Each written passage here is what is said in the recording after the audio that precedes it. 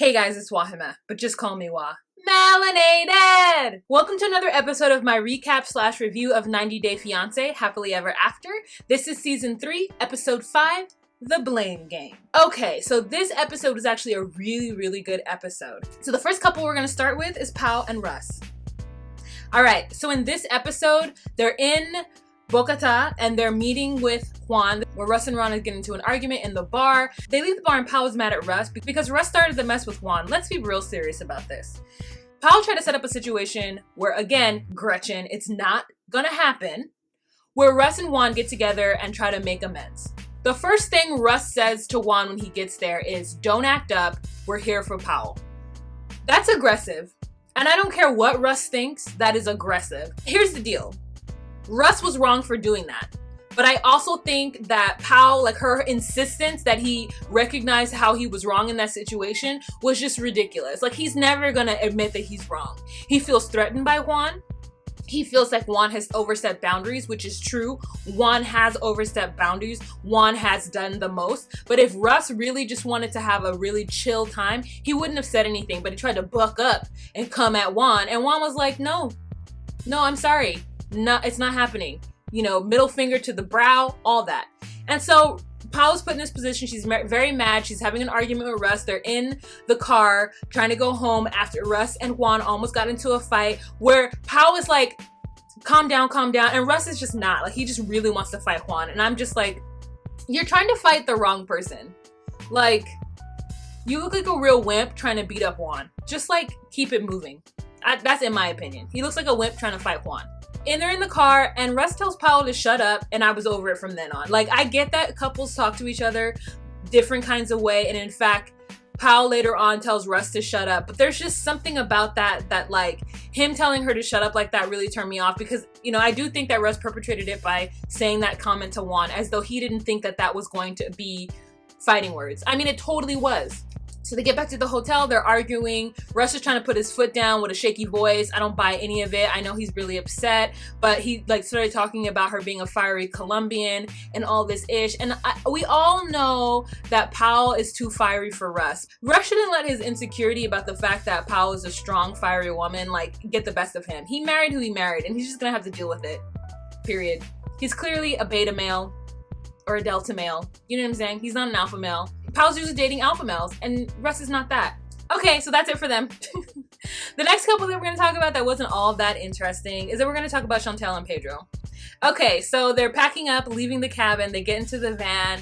They drive. No one's talking. It's really silent. Again, Family de Chantelle is trying really hard to get Pedro to interact. And, like, everyone's over it. River's over it. Winter's over it. Chantelle's sitting in the back. No one's talking. They finally get back to Chantelle and Pedro's apartment, and the parents get out and try to like have a like, oh, how was the weekend conversation, and Pedro's not having any of it. He just like left. He just got his bags and walked away. And he's like, I don't feel like I have to say anything to the family de Chantelle. Why should he? I mean, they've caused trouble every single day, and the cherry on top was that we're gonna investigate your mother. So he has nothing to say to them. Chantelle gets her bags. Her mother tries to chop it up with her, and she's just like, look, I'll talk to you guys later, okay? Bye. I absolutely regret having Pedro come to this weekend with my family. It was horrible. And it was. So the next part of their segment is that Pedro is in the gym working out, and he gets a call from his sister, and he kind of tells his sister what happened or whatever, that he's feeling lonely, and he offers to have her come out to the US to hang out with him for a while, just so that he can, like, you know, be with family and feel comfortable and feel settled again, which I completely understand. After that weekend, all you want to do is be surrounded by people who you know love you and people who aren't attacking you, because they absolutely attacked him. After Family de Chantelle attack me, you know, they attacked him. It's so true. So he just says he's gonna buy the ticket for his sister and that she's gonna come out, and he says that his sister is his best friend because while his mother was at work and in school when they were younger, you know, it was just them two by themselves at the house. So he's like, that's my BFF. And he tells her, you know, be nice to Chantelle. And the sister says, I don't have a problem with Chantelle. Chantelle has a problem with me. And they showed the clip again of Chantelle mistakenly thinking that the sister called her a puta when she didn't say that. She said punto, as in like period, full stop. I don't understand why TLC is letting this go. I don't understand why Chantelle is still acting as though that's what happened. It didn't happen, unless it did happen off camera and we didn't see it, but it didn't happen in that moment that they keep showing us. he then takes Chantelle furniture shopping because I guess she's been bugging him about getting furniture for the living room. And he says that he kind of did this strategically because he needed to tell her that he bought a ticket for his sister to come to the US, and Chantelle was upset, and rightfully so. This is the first time I'm just like, no, she's right, because she's saying that she bought her own tickets to go to the DR all the time, and his sister's coming here and he's been giving her money monthly and all this stuff, and he still buys her ticket to come to the US. I understand where Pedro's coming from. I get it. There is still this idea, I think he has, that Chantelle has more money and more privilege than his sister, so he's gonna look out for his sister. I know that's what he's thinking. Like, that is what all, like, I know that's what it is, like 100%. Listen, I have family in Belize, and they think that just because we're in the US, that we have money. True, we have more money than them, but we don't necessarily have more money to give away. So I do understand Pedro's mentality regarding this matter. He is wrong though. Now that he's been here for as long as he's been here, he has to understand that obviously Chantelle, whenever she was paying those tickets to get to the DR, like, they were expensive, and he didn't offer to help her pay for any of them. And that's when he was ignorant and didn't understand that you just don't have money. Like, plane tickets, it hurts me to pay more than $300 in any kind of plane ticket. It hurts me. You know what I'm saying? So I can't imagine spending $600 a couple of times to go to the DR to see my fiance and him not giving me nothing on that. And then when his sister comes here, he then pays for her ticket, but he never paid for my ticket. Like, I absolutely understand Chantelle. She's correct in that. Chantelle says that to Pedro, and he is looking left and right. Like, I guess he kind of gets the fact that he, you know, shouldn't have paid for his sister's ticket, but it happened already and, like, it's done. And so she's just like, whatever, okay. And I guess the ticket was the same price as a couch. They ended up not getting a couch. I don't know why. I feel like the trade-off should have been like, look, I bought my sister's ticket, so I'm gonna buy this couch. Okay, so the next couple that we're gonna talk about is Annie and David. In this episode with Annie and David go to the Louisville Zoo with Ashley and her family, and oh my god, all these little girls with their bows in their hair, oh, so cute. There's a little girl with a purple bow and a whole like outfit that is just so cute. I was like, oh, little bows in their hair. I love it. I love when little girls have their hair done. Like, I hate it when a little girl just has her hair like doing whatever. I love it when it's like a hairdo. I love it. It makes me so happy when little girls have their hair done. I don't know why. So they get there, and they're looking at gorillas and orangutans and all this stuff, and David's being really interactive with his grandchildren, and it's a really nice time with the family. It looks fun, and Annie cannot get into it. Annie is on her phone. She's probably on her WhatsApp, you know, text messaging her friend in Thailand and talking about how annoyed she is and how unhappy she is and whatnot. But she's on the phone the whole time, and it's so obvious, and everyone sees it, everyone notices it. Even the little girl goes up to her and tries to like interact with her, and Annie's just not having it. It's a weird interaction, but David interacts with his grandchildren and his daughter, and that's really good, so I like that part of it. After Ashley and her family leave, and Ashley looks cute too. Girl, Ashley, you look cute. I like your hair down. It's cute with a little curl in it, and your family's very beautiful. Ashley, girl, you should be really proud. After they leave, David and Annie go and sit in, I guess, a restaurant part of the zoo and have a conversation. And David starts to ask Annie what's wrong. And Annie is just like, look, I feel, you know, some kind of way because I can't wait to start my family. Like, I don't feel, you know, included in your family, even though they did try. So that's on Annie. She's just in her feelings, which I could understand.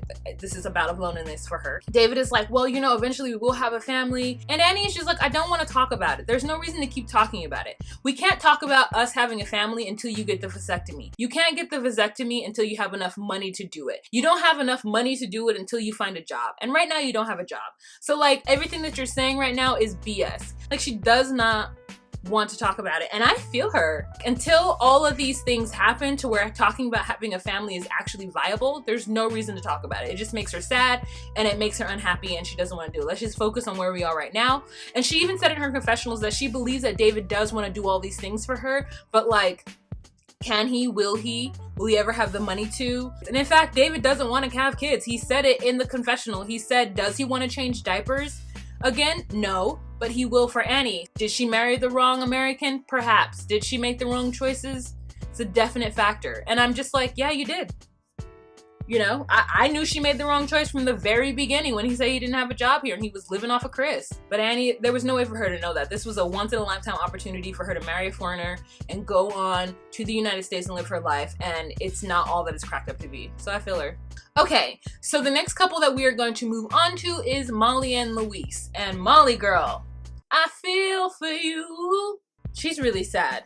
And she made mention that in the beginning, Luis was everything she needed him to be. And he just like something happened and the switch turned off and he turned off. And I think what happened is that he got tired of trying to be friends with her kids. I keep saying it. And as somebody who doesn't have kids, I feel bad because I know those parents out there who are like living in singledom and like want to find a mate. I would not put up with kids that I don't feel are respectful. And I'm not saying that Molly's kids are not respectful. I'm saying that if I felt that they weren't respectful. So that's subjective, right? So for Luis, he feels like her kids aren't respectful. And he doesn't want to have to put up with it, especially two girls. And all of a sudden he's this father figure and he has to earn his keep by cleaning up around the house and doing all these things that he does not want to do. So his behavior, though, is really petulant. Him locking himself in the room and not talking to Molly, not sleeping in the same bed with her, you know, ignoring her when she comes to the door and saying he's going to call the police and having phone conversations with other people and she can hear him. The tension in her house is unacceptable. It's unacceptable. And she has every right to throw him out. She should not feel uncomfortable in her own house, none at all, especially as hard as she works. Absolutely not. Luis has got to go. You know, this is a really hard mistake, I think, for Molly to learn or Molly to have made because it drove a wedge between her and her daughter, which really sucks. I mean, when you think about all the things that Olivia said, the fact that they were supposed to go on vacation together, but Molly ditched her to go back to the Dominican Republic to see Luis, and the fact that she was only with Luis for 2 months and then just told her kids that he was moving in and then he moves in and she's just so, that whole part just breaks my heart. And I know Molly's really sad about it. And so I don't want to go into any detail because it is a sensitive subject. I know she put it on TV. But again, Molly, I feel for you. I feel for her. Okay, so the next couple that we are going to talk about is Nicole and Azan. This was a pretty intense episode dealing with Nicole, girl. So much. First, she has to pack up her entire life because she's gonna go to Morocco to live there for a year. A full-on absolute year. This is like so crazy. It's so crazy. I really, really, really, really, really wish she would leave May. Not because, just for all the reasons that you might think and more. I just want her to leave May. Because at least if she's gonna go through tumultuous stuff with Azan in Morocco, at least May won't be there. If she could just stay with Papa and Mima, I would be so happy. So the first part that I remember is Nicole meeting with the pastor. So Nicole meets with her pastor because her father suggests that she do so. And she met with Pastor Jeanette and they get on a Skype or a phone call with Azan, and Azan is talking to the pastor about the expectations and whatnot of Morocco, about holding hands in public and about all the, you know, social cues and cultural things that are different that Nicole isn't necessarily excited to do. She wants to take her American culture to Morocco and demand that he treat her as though they're in the US, and she's just not open to accepting Morocco culture. And I believe that's true. Like, I don't think she's gonna actually learn. She's just gonna try to like figure out a way to get around it. I want to touch you in public. Like, girl, why? Why does it even matter that you need to touch somebody in public? I don't get that. I'm not into PDA, so I don't understand the overwhelming desire to require that in a relationship. So Pastor Jeanette is basically like, look, if things don't go well when you get over there, then just go ahead and think about the fact of coming home. If you feel that Azan is not giving you what you need, don't marry him. And don't feel pressure to marry him. Don't put that pressure on yourself. No one will judge you if you don't marry him. And at this point, no one will judge Nicole if she does not marry Azan. We all know that it is heading towards disaster, and all we want is for her to not marry him. We don't want to see the destruction. We don't want to see the negativity. We just want her to not marry Azan. Right? No one's being petty and wants her to marry him and then have it fail. We all want her just to stay at home.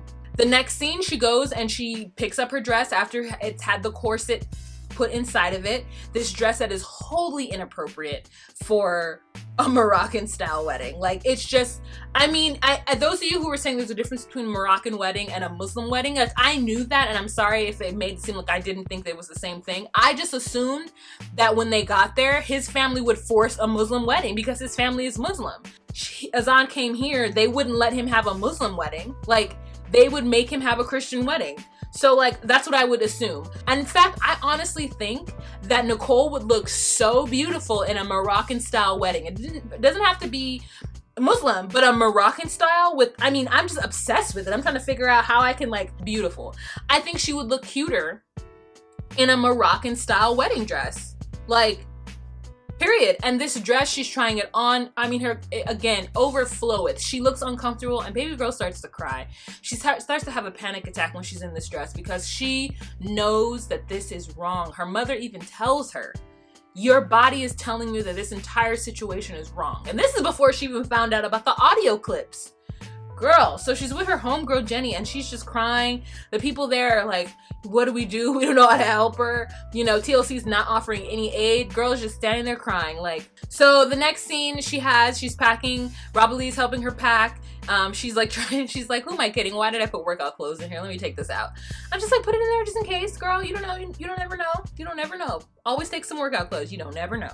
It's just really hard. Robert Lee is having a very hard time, and I really feel for Robert Lee too. I think she did everything she could to try to, like, give Nicole what she wanted in order to keep her in the US, and it still didn't work. And so now Nicole's leaving for Morocco for an entire year. She's just up and leaving.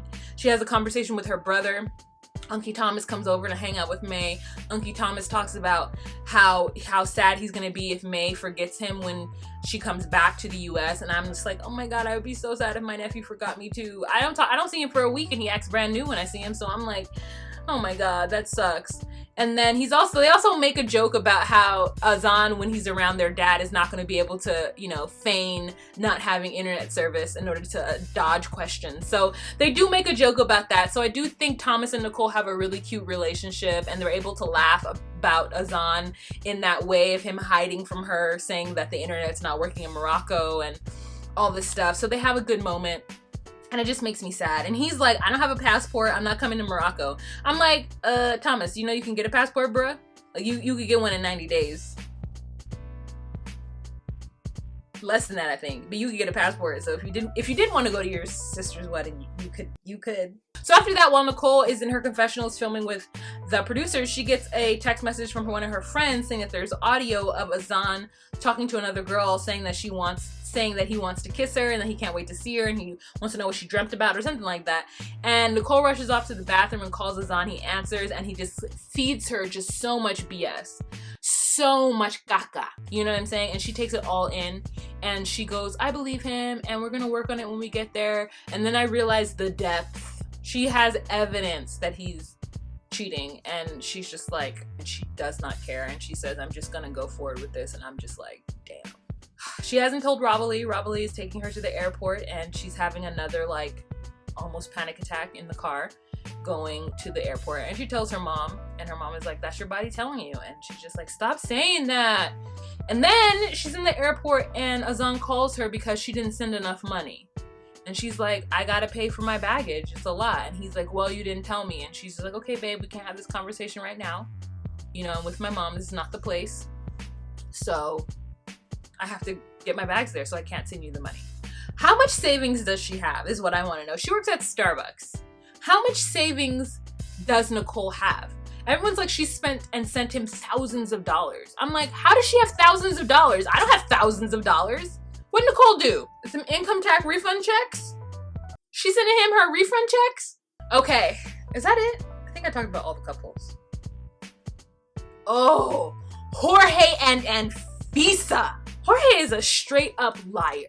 He is a lying ass liar. And I'm Team Anfisa all the way. If I could get a shirt that said Team Anfisa, I'd be wearing it right now. It turns out that George has not had Anfisa meet any of his friends. I thought she knew Ramon. How is that possible that she doesn't know Ramon? How is Jorge living in a world where him and his wife are isolated from his family and from his friends? How is that even possible? How does he think that's normal? It's not normal. He's keeping her sequestered, and I had no idea that he was doing that. It's crazy. And she's just like, look, I want to make amends with your family. Call them. She puts him on the spot twice, and I'm like, good girl, Anfisa. She makes him call Lourdes twice. Once when they're out having dinner, and the other time during the confessionals when they're both talking to producers. I want Anfisa out of this relationship. Jorge does not deserve her. He is a jerk. He's selfish, and he's a liar. His sister Lourdes is not even answering his phone calls because Lourdes knows that Jorge got back with her after they went to the divorce lawyers. His family is doing everything to try to get Jorge to wake up, but it turns out that they're absolutely wrong because Jorge is the one that's lying and doing all the scheming. He's the one who's causing the derision between his family and his wife because he's a punk. Poor Anfisa girl. So anyways, Anfisa's just try to make him do the things that he needs to do, and he doesn't want to do them.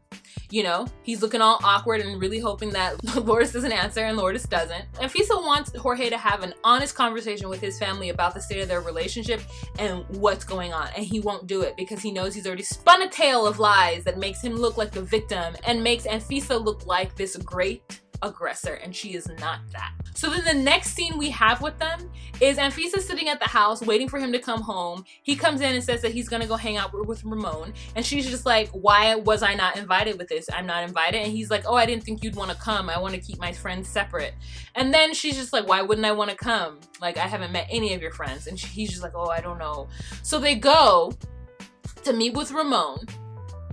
They get there, and Ramon is shocked to see Anfisa there. When they get in, Jorge is acting a nervous little Nelly because he is worried about what Ramon is gonna say. And Anfisa says she couldn't get a good read on Ramon. I think Ramon is a good guy. He looks a little flighty. He always has a joint behind his ear, which I find to be hilarious. So the interaction with Ramon goes well. But he then tries to tell Ramon that he didn't have an opportunity to tell him that Anfisa was coming because it all happened so quick. I'm like, so when you was in the car driving to the spot, you couldn't text him and say, hey, Anfisa's coming too? Jorge's a liar. I don't care. And so anyways, during the confessionals, when they're both sitting on that couch or sitting on that bed with their legs propped up, producers ask Jorge why Lourdes is not answering the phone call. And he lies and says he doesn't know. And the producers are like, does Lourdes know that you're back with Anfisa? And he says, yes. And the producer says, well, when's the last time you talked to her? And he says he doesn't know, which is a lie. And I don't know why he just didn't say when it was, or at least make up a time so that the producers didn't dig deep. And they did. They were like, was it the last time when you guys went to the divorce lawyers? And Anfisa's shocked because she has no idea that Jorge went to divorce lawyers. Like, she doesn't know. And then when confronted with it, he still lies. She says, look, just tell me if you did. Like, we were separated at the time, so I can understand if you went, but I need you to tell me what happened. I need you to communicate with me. And he's like, I don't know what you're talking about. She's like, look, I'm gonna see it during the playback. During the playback, I'm gonna see it, so you might as well just fess up and tell me now. And he's like, no, it didn't happen. I didn't go see lawyers.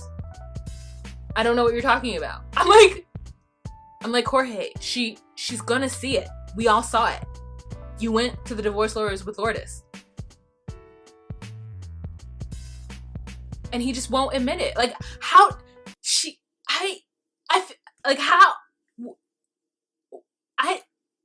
I mean, what could you imagine being married to somebody who's that much of a liar?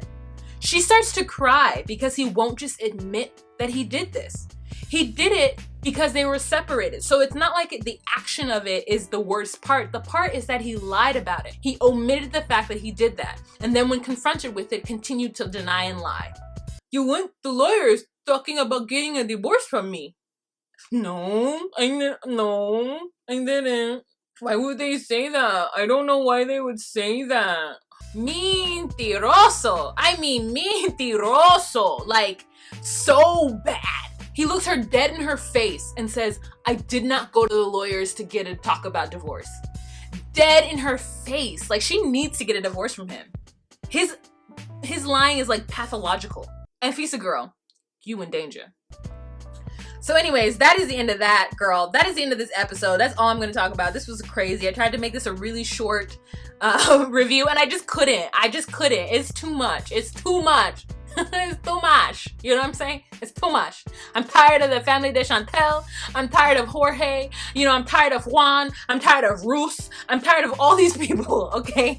I'm tired of David, aka Batman.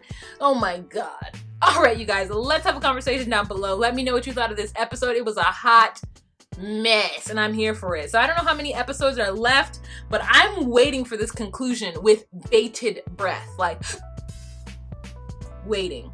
All right, you guys, don't forget to like, subscribe. You don't have to subscribe. I don't care if you subscribe. I just want you to like and comment, okay? Don't forget to like this video. Don't forget to comment. If you want to, go ahead and hit that notification bell. Subscribe to my channel so you know when I always upload these videos. I will be at VidCon this weekend. I will be at VidCon Wednesday, Thursday, and Friday of this week. If you guys are there by any chance and you happen to see me, just come up and say, hey, what's up? If this video manages to be late, my apologies. My apologies. There's a lot going on this week. All right, you guys, remember to be you, be true, and find your place. Bye.